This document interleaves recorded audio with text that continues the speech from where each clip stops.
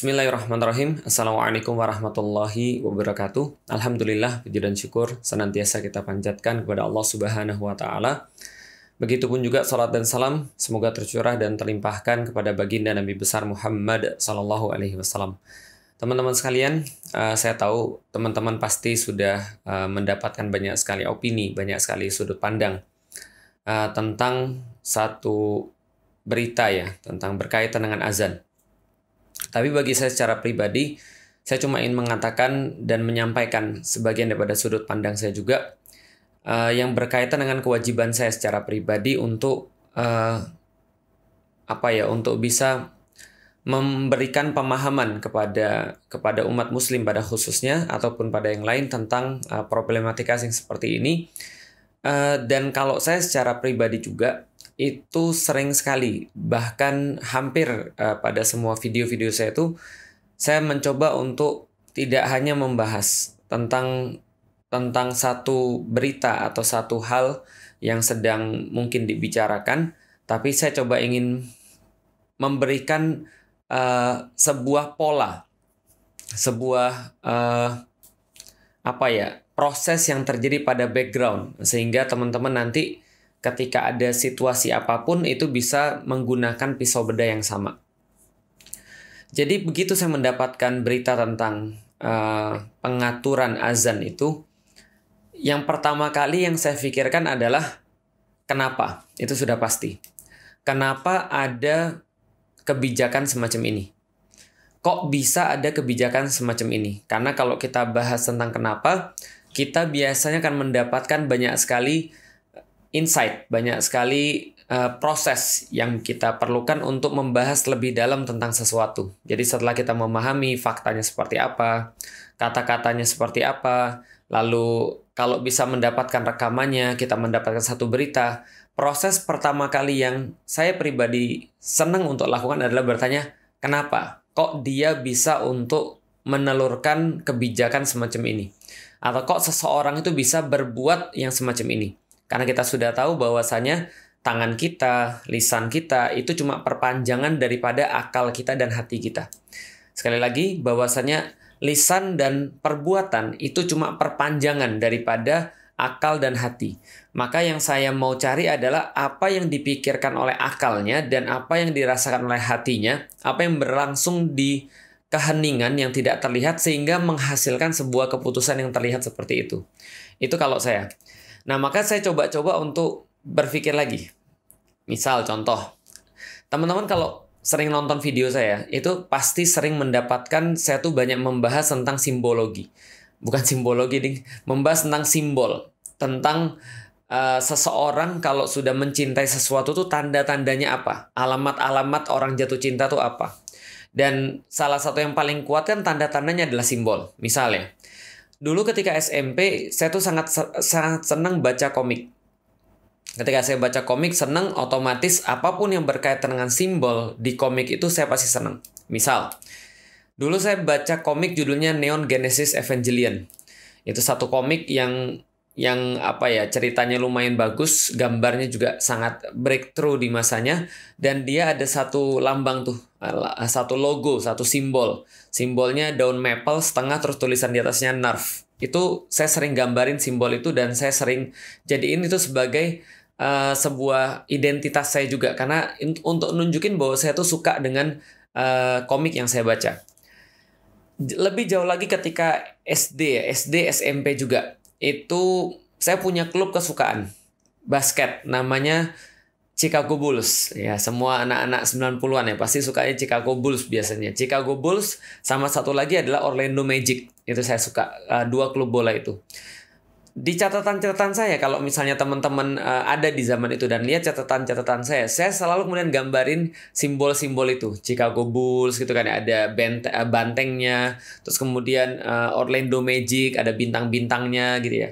Dan saya juga sangat suka gambar logo Superman, S gitu kan ya. Jadi kalau dunia kartun saya suka Superman. SMP, SMA saya sukanya Spider-Man. Maka banyak teman-teman akan mendapatkan logo laba-laba dengan berbagai macam variasi dan versinya. Pada pada sederhananya, singkatnya adalah orang yang mencintai sesuatu pasti akan senang diasosiasikan dengan satu simbol tertentu. Diasosiasikan dengan satu lambang atau satu identitas yang mewakili pikiran dia. Karena sudah saya sampaikan bahwasanya perbuatan ataupun lisan dan simbolisasi apapun yang muncul dari kita itu cuma perpanjangan daripada akal kita dan hati kita aja. Jadi kalau seandainya kita bisa melihat, kita mampu untuk mengumpulkan ataupun mereferensikan simbol-simbol, lalu lambang-lambang ataupun identitas-identitas yang berkaitan dengan seseorang, sedikit banyak kita tahu tentang seseorang tuh sukanya apa. Jadi dia tuh cintanya apa. Dan itu berlaku sebaliknya teman-teman sekalian.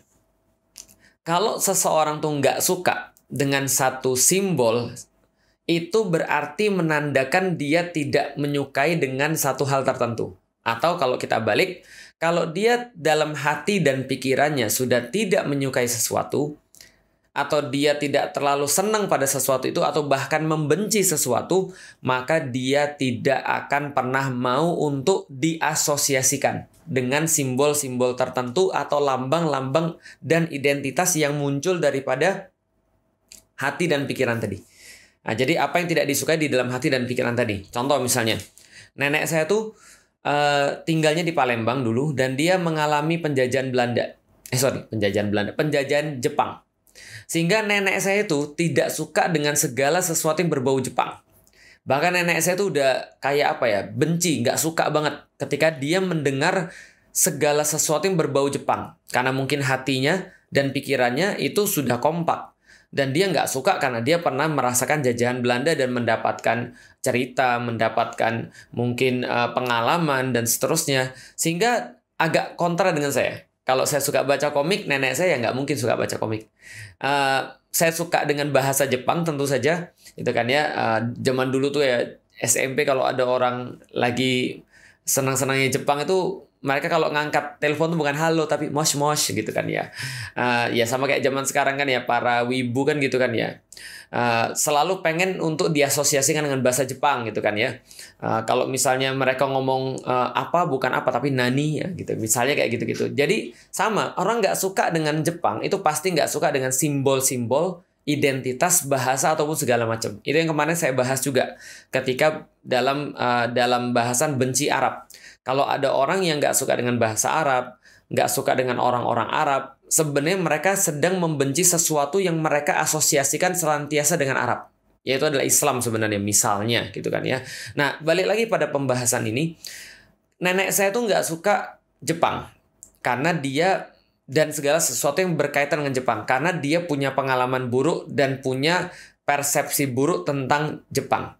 Saya pun sama. Dulu ketika saya menyaksikan kemunculan Korean Wave itu ya, itu saya merasa nggak suka dengan Korean Wave. Saya nggak suka Hangul, saya nggak suka tulisan-tulisan Hangul, saya nggak suka lagu-lagu Korea karena saya anggap itu kayak mau ikut-ikutan Jepang gitu ya. Saya nggak suka dengan komik-komiknya gitu, dan saya nggak suka dengan produk-produknya. Itu contohnya misalnya. Walaupun sekarang saya nggak gitu ya, maksudnya itu dulu. Juga dulu, mungkin sampai sekarang juga, saya tuh tidak suka segala sesuatu yang berasosiasi dengan India. Itu karena mungkin pengalaman saya tuh dulu ngelihat orang tuh suka film India dan saya bilang ini ngapa sih gitu, dikit-dikit nyanyi dan seterusnya. Atau mungkin saya punya pengalaman buruk kali ya dengan orang India. Sehingga saya tuh kalau ngelihat India tuh yang kebayang tuh yang jelek dan kebayang tuh yang nggak bagus. Itu kalau sekarang, walaupun tentu saja itu tidak saya jadikan sebagai alasan untuk saya untuk berlaku tidak adil atau untuk berbuat kasar. Ya itu cuma ngasih tahu aja bahwa rasa tidak suka atau rasa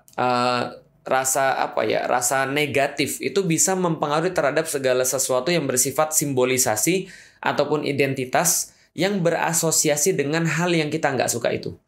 Nah, kalau kita bahas dengan Islam, gitu ya, kalau orang itu suka Islam, ya, kalau orang itu suka agama Islam, dia mencintai agama Islam, dia mencintai Allah dan Rasul-Nya, maka mustahil dia tidak suka dengan simbol-simbol agama.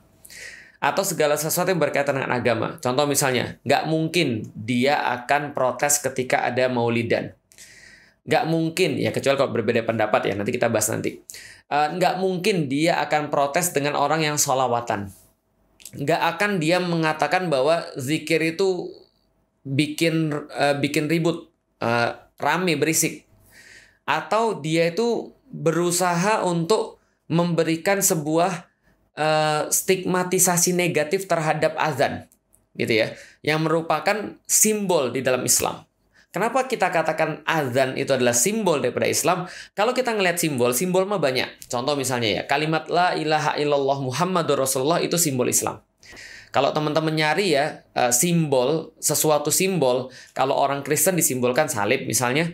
Kalau orang-orang Buddha disimbolkan apa misalnya? Buddha itu disimbolkan dengan ya nggak tahu ya. Coba teman-teman cari ya kalau ketik di Google. Tapi pasti ada yang disimbolkan dengan Buddha. Islam disimbolkan juga dengan misalnya bulan sabit dan bintang misalnya. Atau agama apa lagi misalnya? Agama Hindu disimbolkan dengan huruf kayak gitu ya. Saya nggak tahu cara bacanya tapi juga pasti ada. Setiap tuh punya simbol. Maka simbol yang paling mudah kalau kita bicara tentang Islam itu misalnya contoh syahadat. Kalimat la ilaha illallah Muhammadur Rasulullah. Tapi itu kan sulit banget dibaca ya. Terutama bagi orang-orang yang mungkin nggak bisa bahasa Arab. Jadi simbolnya Islam apalagi dalam satu negeri. Dari mana kita tahu bahwa negeri ini negeri Muslim? Ya biasanya ada masjid. Dan kalau ada masjid, maka ada azan. Makanya kemudian orang-orang Eropa, orang-orang Barat yang pergi ke negeri-negeri Muslim, biasanya yang mereka masukin dalam YouTube-nya atau dalam videonya atau apapun, mereka bilang nih, ini namanya prayer chanting, nah, kata mereka kan gitu. Ini adalah panggilan sholat, panggilan untuk beribadah. Allahu Akbar, Allahu Akbar. Wah, itu kan keren banget. Apalagi kemudian yang jangan azan saya lah. Kalau azan saya tuh mungkin nggak terlalu bagus ya. Mungkin Ustadz Hanan suruh azan gitu ya. Atau siapa misalnya yang suaranya bagus, Muzamil suruh azan gitu ya. Atau pokoknya azan-azan yang bagus lah. Atau kita sendiri.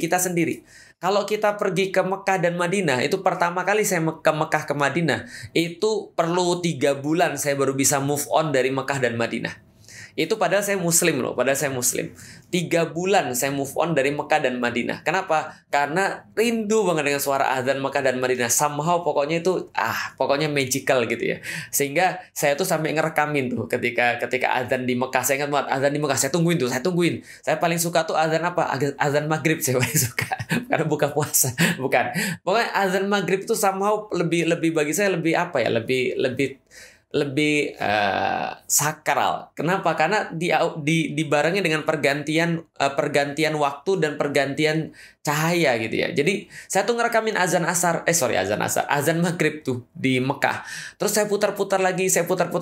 Tiap kali saya dengar azan, itu saya langsung kebawa seolah-olah perasaan saya tuh ada di sana. Rasa syahdu gitu ya. Rasa kemudian ya Allah pengen datang ke masjid gitu ya. Dan somehow kita juga bisa membedakan. Nah, ini azan Mekah, ini azan Madinah gitu ya. Azan Madinah juga sama, ngangenin juga, dan kebayang kita ngunjungin Rasulullah Shallallahu Alaihi Wasallam. Lalu kemudian kita kebayang untuk ibadah, untuk mau taat. Kenapa? Karena azan itu kalau bahasan orang zaman sekarang mungkin kayak anchoring untuk berbuat suatu kebaikan. After all, teman-teman sekalian, azan adalah sebuah bagian daripada syiar Islam. Kenapa? Karena itulah Rasulullah Shallallahu Alaihi Wasallam memerintahkan para sahabat di zaman beliau adalah Bilal untuk mengumandangkan azan, untuk kemudian mensyiarkan azan, untuk kemudian naik ke tempat yang tinggi, lalu kemudian menyampaikan azan sehingga terdengar pada seluruh manusia, sehingga seluruh manusia yang mendengarkan itu bisa diingatkan bahwasanya mereka tuh hamba Allah. Mereka itu adalah kemudian punya kewajiban, ada waktu mereka untuk kemudian bisa untuk sholat, bisa untuk curhat sama Allah dengan seluruh beban mereka. Lalu kemudian Allah akan menjanjikan pertolongan dan kejayaan pada mereka yang melakukan ibadah itu. Nah, ini adalah kemudian azan gitu kan ya. Dan ini adalah sesuatu yang menurut saya magical gitu ya. Karena ini adalah simbolisasi Islam. Dan sebaliknya ketika saya sudah muslim ya, ketika saya pernah pergi ke Turki, satu daerah namanya Alaçatı. Teman-teman coba lihat di internet, kalau misalnya teman-teman cari Alaçatı, itu adalah daerah yang sangat dalam tanda kutip lebih sekuler di antara daerah-daerah muslim yang lain. Karena itulah dia tuh di tengah-tengah jalan kadang-kadang ya karena itu kayak anggaplah kayak Balinya Indonesia lah. Jadi tempat itu kayak lebih bebas daripada tempat-tempat Turki yang lain. Dan di tengah-tengah pasar itu tempat terjadi aktivitas-aktivitas minum-minum dan segala macam. Itu dengan pakaian yang juga nggak normal seperti di Istanbul atau di tempat-tempat yang lain gitu ya. Tiba-tiba ada azan. Itu bagi satu, ya Allah, itu kayak apa ya? Kayak kita tuh lagi panas terus diguyur es gitu loh maksudnya. Ya Allah, ada azan. Dan sama ketika saya pergi ke Eropa selama sekira 12 hari, teman-teman tahu nggak apa yang saya kangenin? Azan. Serius. Jadi rasanya tuh kayak aneh, kayak sesuatu tuh kayak apa ya? Nggak normal ketika kita tuh nggak denger azan gitu loh maksudnya. Kita tuh kayak merasa ada yang kurang. Walaupun kita sholat ya sholat, memang nggak perlu nggak perlu azan untuk mengingatkan sholat. Cukup HP kita ada jadwal sholat, kita juga sudah tahu, kita bisa ngelihat waktu kok. Tapi masalahnya adalah ada sesuatu yang kurang. Karena kenapa? Ya ini simbolisasi yang berkaitan dengan perasaan gitu, yang berkaitan dengan hati gitu loh maksudnya. Sehingga ketika pergi ke Eropa ataupun pergi ke Amerika ataupun negeri-negeri lain yang mereka bukan muslim, saya tuh nggak nyaman. Makanya saya bilang sama istri saya sekarang itu ya, saya bilang sama istri saya tuh hampir mengurangi seluruh bepergian ke luar negeri, hampir semuanya kecuali Turki. Kecuali kemudian pergi ke Turki. Kenapa? Karena Turki itu adalah fasilitasnya itu mirip dengan Eropa, tapi ada azan. Saya bilang sama istri saya gitu. Kenapa? Somehow azan itu menenangkan bagi saya. Kenapa? Karena saya tuh ketika mendengar azan, anchoring saya, kaitan saya tuh kemana? Ke ketenangan ketika sholat, bertemu dengan orang-orang yang baik, kita bisa wudhu, sejenak berhenti daripada hiruk pikuk dan hingar-bingar dunia, lalu kemudian kita bisa untuk fokus menghadap Allah, lalu kemudian kita bisa dari situ ya mungkin ya kalau siang ada makanan, kalau misalnya tadi yang saya bilang maghrib itu berarti pergantian hari, kita istirahat dan seterusnya. Tapi ada sesuatu yang magical dalam setiap azan. Karena azan sendiri adalah peringatan untuk sholat sekaligus peringatan pergantian cahaya, pergantian waktu gitu ya. Nah maka bagi saya orang muslim itu adalah sesuatu yang ya saya senang aja ketika dengar azan gitu kan ya. Apakah saya merasa terganggu? Enggak, sama sekali enggak. Dan saya pernah cek ya kepada bapak ibu saya, ya kadang-kadang mereka komplain sih, itu azannya pagi-pagi jam 3 keras banget misalnya. Pernah ketika mereka di satu hotel gitu ya, di daerah mana saya lupa, itu kebetulan azannya itu langsung ke kamar mereka. Bukan azan, bukan mikrofon, apa namanya, speaker speaker itu langsung ke kamar mereka. Nah itu mereka agak komplain. Tapi di luar itu saya pikir semua orang-orang yang bukan muslim pun sudah terbiasa.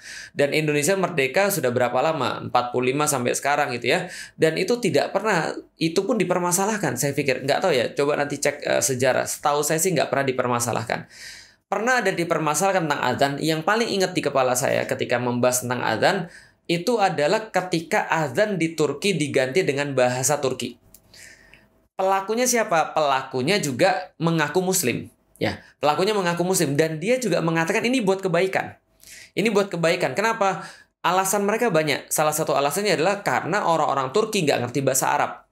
Sehingga ketika misalnya mereka dibacakan adzan dalam bahasa Turki, maka sehingga dibacakan dalam bahasa Arab mereka nggak ngerti. Lebih baik dibacakan dalam bahasa Turki biar mereka ngerti. Alasan pikir saya. Kenapa? Karena mereka itu dari Utsmani dan Utsmani itu salah satu bahasanya adalah bahasa Arab.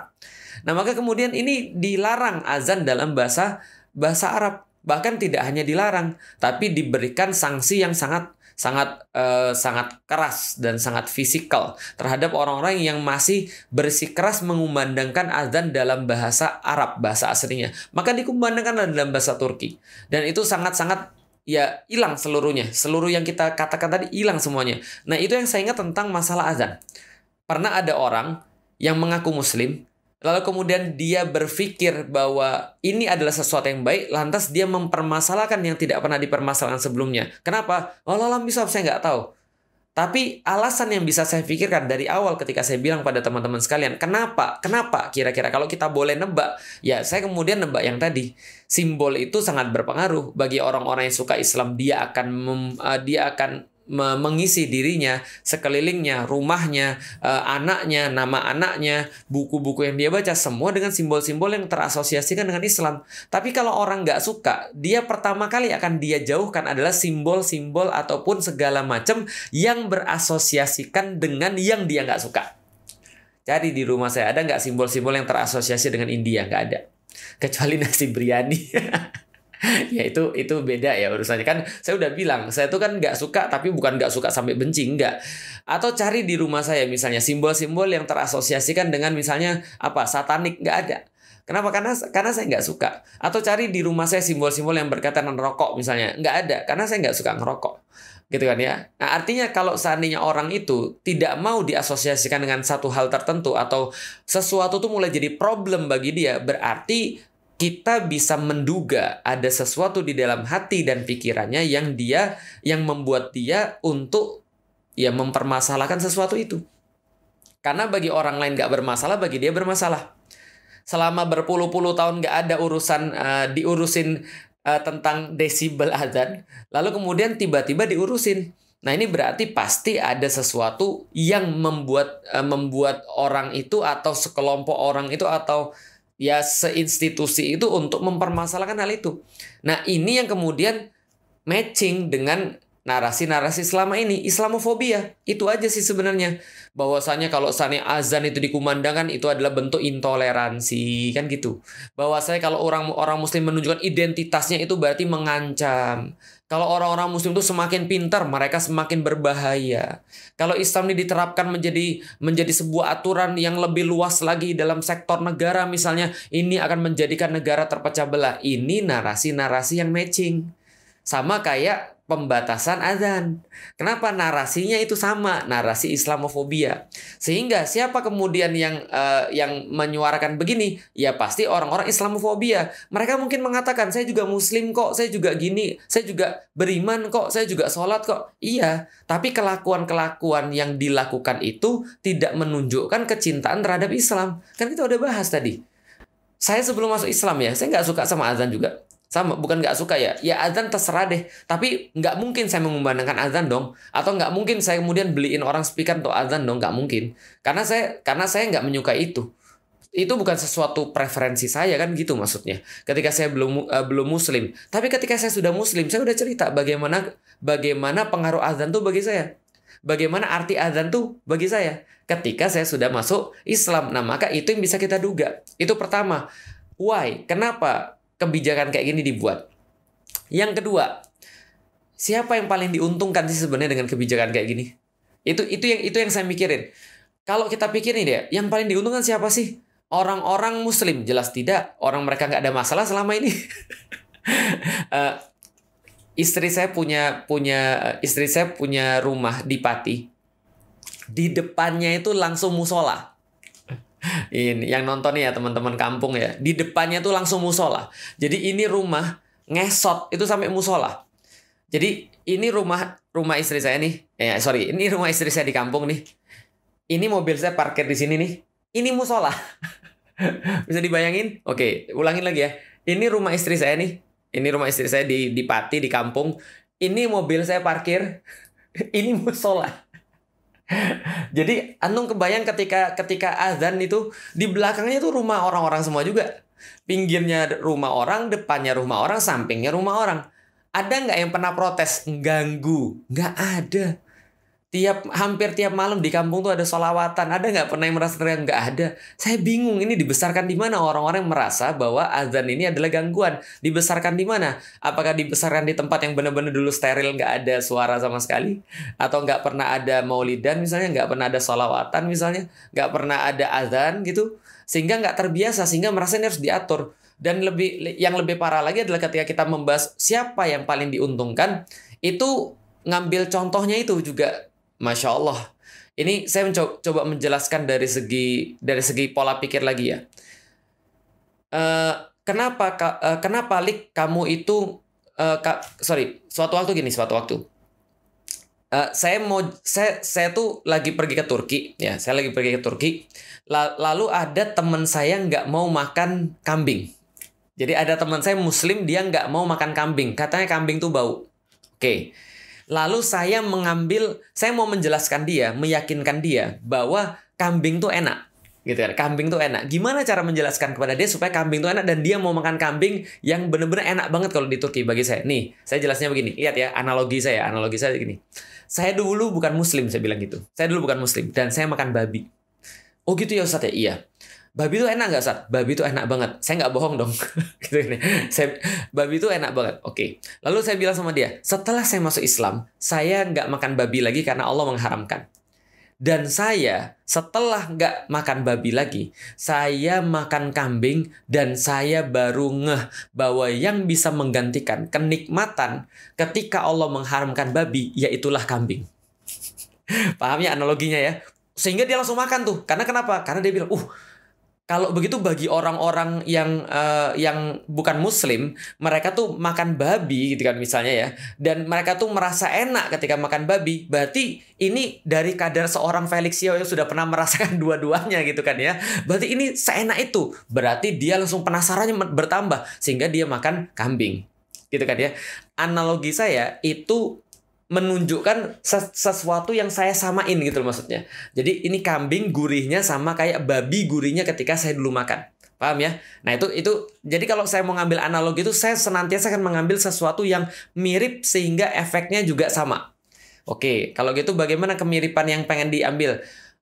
Coba kalian bayangkan kalau seandainya agama lain itu punya tempat ibadah juga punya toa diarahkan ke tempat kalian juga 5 kali sehari kemudian bersuara, kalian nyaman nggak? Atau gini deh, mungkin karena kurang kuat nih analogi yang pertama, karena orang mikir kayaknya di tempat gua nggak ada tempat ibadah orang lain deh, tempat gua masjid semua, orang nggak relate mungkin kan itu kan ya. Orang nggak relate, gimana ya tempat ibadah lain nggak ada tuh, mohon maaf. Misal contoh ya gereja cuma segitu-gitu aja, nggak banyak, karena yang banyak muslim nggak relate. Oh jadi mau ditambahin, gimana kalau seandainya tetangga Anda punya anjing dan anjingnya menggonggong terus, kira-kira kayak gitulah. Nah itu maksudnya, kayak kata saya tadi kan ya, kambing itu sama kayak babi dulu ketika saya makan, kira-kira kayak gitulah. Nah sama kayak penjelasan, kalau Anda punya tetangga Anda punya anjing tuh menggonggong terus menerus, Anda merasa terganggu nggak? Kira-kira kayak gitulah. Nah kira-kira kayak gitulah. Jadi kalau seandainya mau di analogi itu mau disambung, itu ngeri sekali. Ngeri sekali. Kira-kira kayak gitulah gangguan azan. Paham ya? Nah, jadi saya pikir ya ini sesuatu yang sangat memang luar biasa. Dan sesuatu yang nggak pernah bermasalah, nggak pernah ada masalah sebelumnya, dipermasalahkan. Untuk apa? Wallahualam bishawab. Dengan narasi-narasi Islamofobia, untuk melanjutkan supaya match dengan narasi-narasi sebelumnya bahwa Islam itu adalah sumber masalah, sehingga orang takut dengan Islam, malas belajar Islam, simbol Islam dirusak. Oh ya, sorry, saya lupa jelasin. Apa yang terjadi ketika azan dilarang di Turki? Dalam bahasa Arab, langsung pemahaman orang tentang Islam itu sangat berkurang sama sekali. Orang jadi takut pergi ke masjid. Orang nggak punya lagi semacam kayak hype untuk pergi ke masjid. Saya difahami teman sekalian. Ketika syiar diganggu, itu maka kemudian Islam itu juga sebenarnya mau diperlemah. Karena kekuatan Islam itu ditunjukkan dengan syiarnya. Maka memperlemah kekuatan Islam itu bisa dilakukan dengan memperlemah syiarnya. Sengaja atau nggak sengaja, kita sadar atau nggak kita sadar teman-teman sekalian. Nah itu terjadi. Siapa yang paling diuntungkan dengan adanya pembatasan atau pengaturan volume masjid ini? Atau permasalahan azan ini, azan yang dimasalahkan, siapa yang paling diuntungkan? Wallahualam bishawab. Teman-teman silakan mikir sendiri. Saya cuma mengantarkan apa yang saya pikirkan ketika saya mendengarkan problematika tersebut, atau sesuatu yang benar-benar nggak problem tapi diproblemkan. Kenapa? Wallahualam bishawab. Bisa jadi untuk menutupi sesuatu yang borok misalnya. Karena ya orang-orang kayak gini yang mempermasalahkan, yang munculin masalah kayak gini kan sudah terkenal. Sudah terkenal orang-orang kayak gini, kelompok-kelompok kayak gini, ya senantiasa mereka ya mengurusi hal-hal yang nggak perlu, dan akhirnya yang perlu justru nggak diurusin sama sekali. Akhirnya mempermasalahkan hal-hal yang sudah biasa, dan akhirnya hal-hal yang biasa itu hal-hal biasa dipermasalahkan, hal-hal yang besar itu nggak diurus sama sekali. Mudah-mudahan Allah menunjuki kita teman-teman sekalian, dan kita tuh pengen agar ketika kita mati orang mengingat kita dengan hal yang baik-baik, bukan mengingat kita dengan hal buruk-buruk. Selama dia hidup cuma di masa dia azan itu dipermasalahkan. Selama di zaman dia doang bahwasanya dipersekusi, kemudian pengajian-pengajian. Selama di zaman dia doang dibakar bendera tauhid dan seterusnya. Mudah-mudahan Allah menjaga kita semuanya, dan mudah-mudahan ini menjadi sebuah koreksi bagi diri kita pribadi, agar apapun yang kita jadikan sebagai simbol yang kita ingin berasosiasi dengannya itu adalah sesuatu yang kita cintai. Tapi kalau seandainya kita sudah mulai bermasalah dengan sesuatu simbol ataupun suatu tanda ataupun suatu indikasi yang terasosiasi dengan Islam, jangan-jangan di dalam hati kita ini tanpa kita sadari sudah mulai untuk tidak menyukai Islam atau mencurigai Islam. Nauzubillah min zalik. Assalamualaikum warahmatullahi wabarakatuh.